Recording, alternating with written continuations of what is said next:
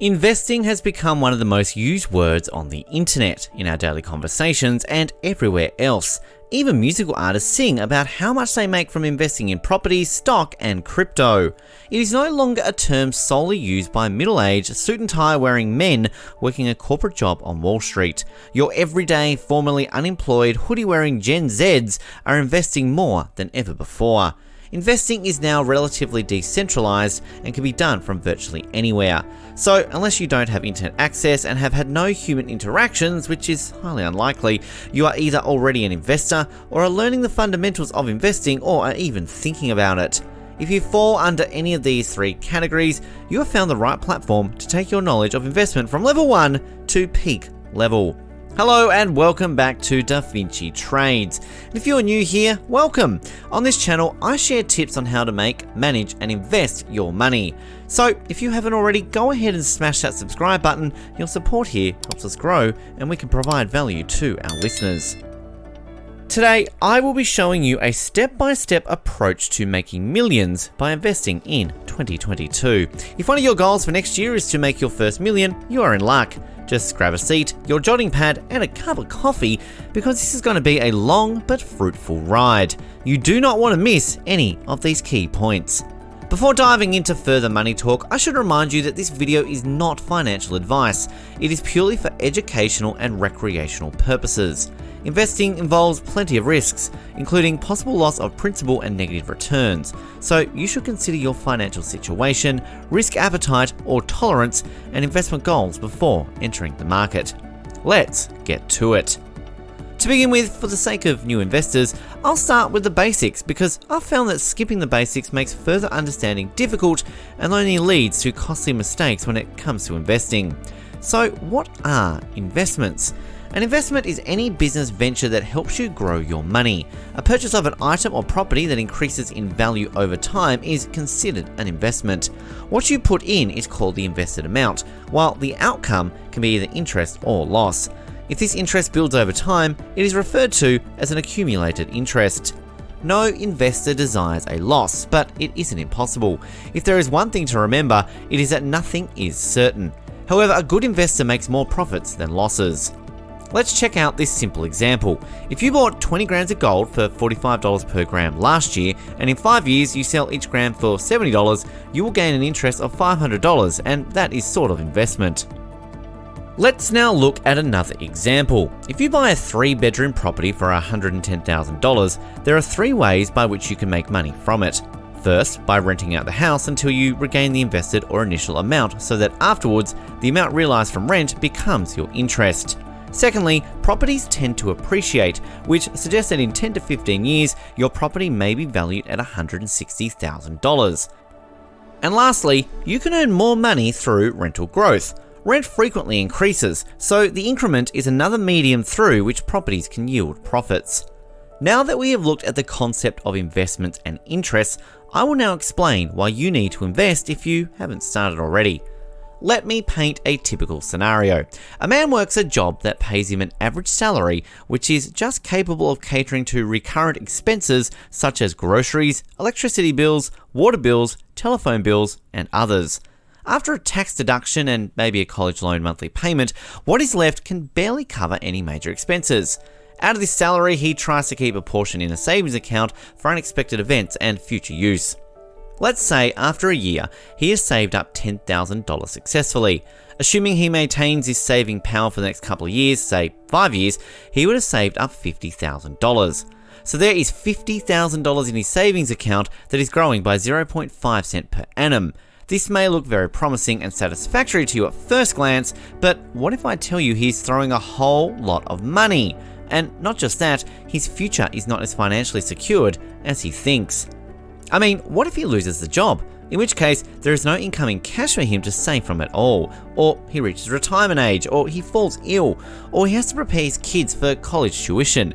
Do you think that he can weather the storm and maintain his standard of living with $50,000 growing at 0.5% annually?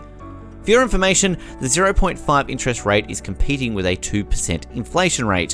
What this means is that the number of goods and services that your savings can pay for in 2021 will be lesser than what it was obtainable in years to come. This also shows that the interest rate offered by banks is too significant to match the current inflation rate. If you are closely following me, it should be obvious to you why savings are just not enough. There is a popular saying that investing is buying a day in your life that you don't have to work, and your savings are just a means to achieving that end. No matter how much you save, inflation is going to catch up with you and devalue your stash. It is a kind of race in which you must compound your wealth massively to outrun inflation. Investing is so important that people are advised to ensure they don't retire without having solid investments to rely on. Now, that brings us to the numerous types of investment options that can make you millions in 2022. To make understanding easier, I'll begin with the more familiar ones before diving into the unknown. Firstly, stocks. I'm pretty sure you have heard of the term stocks, stock exchanges, or stock markets. Stocks are a type of security that represents ownership of a fraction of the company. This doesn't mean that if you buy a stock, you now own part of the company. It implies that you own shares issued by the corporation. They are also known as equities, so don't get them confused. Because a unit of stock is known as shares, anyone who buys them is called a shareholder. Now, there are two ways by which companies sell their stocks to the public. There is the public one, which is done on stock exchanges, and the private ones issued to individuals with huge suspendable savings. Usually shares of big tech companies are quite expensive to buy as a whole, so they offer a portion of their shares for sale. In other words, you can buy a fraction of a corporation. Private sales are open to individuals or a group of individuals, angel investors and venture capitalists who have pooled funds to invest in the company. This type is not announced to the public, so investors have to keep their ears close to the ground to discover startups in need of early investors. So here's how stocks will make money for you. As a shareholder, you make a profit based on how well the company's stock performs in the market. For example, you bought some shares at $50 each, and with time, the price jumps to $90 due to excess demand and limited offering. This means your profit on each share is $40. As long as the stock value is rising, you will continue to make money. And that's not all. Some corporations pay dividends, company profit, to their shareholders. If you are lucky to invest in such companies, you'll be earning money via two channels. The risk involved is that there could be surplus supply but limited demand for stocks. This just implies that the value of the stock could decrease and cause you to lose money. So far, so good. This is the best performing investment because of its relatively non-volatility and higher returns. Digital currencies are taking over at incredible speed. It is a decentralized digital currency that can be bought and sold just like fiat currency. It is also a medium of investment that is proving to be limitless. Experts are telling us that we have barely scratched the surface of the potentials presented by blockchain technology. The most popular crypto coins include Bitcoin, Ethereum, and Litecoin, and these currencies have made many young people into millionaires. The major constraint with crypto is its volatility and lack of regulation. However, this can be controlled by investing in more stable coins like USDT. Like I mentioned earlier, the blockchain on which cryptocurrency is managed provides tons of opportunities apart from the coins. One of them includes non-fungible tokens, or NFTs. They are a unique unit of data stored on a digital ledger. NFTs are associated with digital files such as artworks, books, music, pictures, and even real estate. Yes, young people are investing in real estate on the blockchain. More people are buying these digital files with the hopes that they increase in value. Then there's real estate and properties investment. Properties investment is another lucrative money multiplier. I explained this earlier and how it yields enormous profits for the investor. It is totally worth the risk considering the returns. For example, properties double in price every 10 to 12 years in the UK. Up next is mutual funds. Mutual funds are a collection of many investors' money that is distributed to a variety of companies. If you have been investing for a while and need a low risk with a moderately high return, you should consider mutual funds. The money pooled can be invested in various ways, including equities, bonds, commodities, and currencies. When you hear mutual bonds, think lower risk because of diversification of investments. The last option I want to talk about is bonds. Do you know how a bank lends you money and expects you to repay it with interest after a certain period of time? Bonds are very similar. When you buy bonds, you're essentially lending money to an entity, which could be a business or the government. Bonds are treasury bills and two types of debt instruments that you can invest in. This is how it works. You are paid interest on the money you lend them over the term of the contract. After the duration of the contract is expired, your principal will be returned to you. The investment option poses lower risks, but offer an equally lower return. Now that we have covered the investments, you can venture into next year. It's time for me to touch on the final and most important segment of this video. It covers common but expensive mistakes that investors make all the time. You must avoid them at all costs. If you don't, you are at risk of destroying your dreams and making millions next year.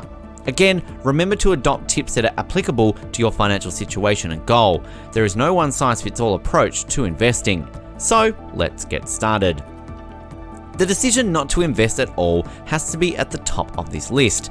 This feeling is understandable, and it is probably due to the fear of losing money. But let me tell you that you're losing money either way. So, it's either you choose loss due to inflation or loss due to investment. While you can minimize investment loss, you have no control over inflation loss. I mean, you can start with low-risk ones, buy trusted stock, invest in stablecoins, but don't shy away from investing completely. Be your own investor. Of course, this is not an easy feat, but when you can't afford exorbitant commission and trading fees, you have to find an alternative. You must be ready to put in the work, learn and relearn the market and its tricks. To invest in anything profitable, you must first invest in yourself. Be your own investor unless you have money to outsource the task to financial managers. Never invest money you are not ready to part with. This is why most financial advisors tell you to invest with dispensable cash, money you can afford to lose. Monies that fall in this category include student maintenance loans, children's college tuition, pension, and so on. And if your income is not large enough to save and invest from, you can try to increase your earnings through multiple streams. In the same vein, please never borrow money to invest. Don't invest any money you need urgently. Most investments require a long period of time to grow, and the implication is that you have to be extremely patient. Wealth cannot multiply in hours or in a day, so don't invest your living expenses into what takes years to yield. If you do not allow your capital to mature because you are impatient, not only will your capital not multiply significantly, but you will also lose money due to rash decision making. Start investing early. Begin investing early so that you will have some properties and assets to last you a lifetime by the time you retire. It is also important to note that it is never too late to begin investing. Simply begin somewhere. Go big or go home, except your risk tolerance is low. If you stumble upon a great deal, go for it with as much capital as you can, because rarely does such an opportunity come your way twice. But if you do not have the threshold to deal with high risk, please just stick to investing in bits. Reduce the amount of time you spend watching the news and monitoring your portfolio. Frequent exposure to the news will leave you unsettled and questioning your decisions. You will be anxious, which will lead you to seek out enticing money trap investments. You can only be concerned about missing out if you keep a close eye on the market. It is recommended that you review your portfolio on a quarterly basis. This gives you enough time to assess your investment options, determining which ones to hold, which to trade off, and which to keep for observation. Similarly, avoid misleading social media trends. Social media investors can often mislead people into investing their money in ultimately futile ventures. If you have a tendency to follow the crowd, you may become carried away by all of the hype and forget to do your due diligence. Many times, investments like that flop and your money folds up. Don't let fear of missing out, FOMO, cost you your hard-earned money, so take your time. I believe all investors should find out their strong areas of investing competence, and when you do, limit your investing to those areas to minimize risk. Sticking to your area of understanding is not only safer, but it is also quite rewarding. There is no point playing guessing and speculative games in terrain you are unsure of. Be adventurous with a limit. If you are looking to explore stocks next year, here are some guides to live by. Read more about stock and gain deeper insights into what companies offer high-performing stocks and when to purchase them. Research these companies until you feel almost certain about them. If a company has announced bankruptcy or there is news of bankruptcy surrounding them, please run away from them. Don't even bother to read more about them before you feel tempted to purchase their stocks. Another thing is that bankrupt corporation is not required to be delisted from the exchanges, so you really have to be extra careful. Don't assume that just because they're still listed on the Nasdaq means their financial situation isn't dire. Investing regardless of having information and hoping for fruitful returns is just wishful thinking. This is because you won't just run a minor loss, you will not even have any stock to recover or sell at the end of the day. Everything winds down to zero. Another thing to keep in mind is that you should never buy stocks that are not listed on reputable stock exchanges. It is nearly as risky as investing in insolvent companies. They are frequently unlisted because they do not meet the necessary criteria.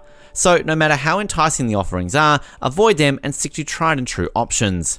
Try to diversify your portfolio into many assets. Think of it as not only putting all your eggs in one basket. All stocks come with risks, but investing in one stock is riskier. Getting into various stocks can lessen this potential risk. This next piece of information is for beginners especially. Don't venture into day trading. Day trading is a full-time job for some people in which they dedicate their time to understanding the market and trading stock every hour of the day. For this reason, they make use of high-end computers with blistering speed and have access to worthwhile information. It is always safer to buy and hold stocks as a beginner. I hope this video helped you. Once again, please like and subscribe to our channel for more videos. We'll see you next time on Da Vinci Trades.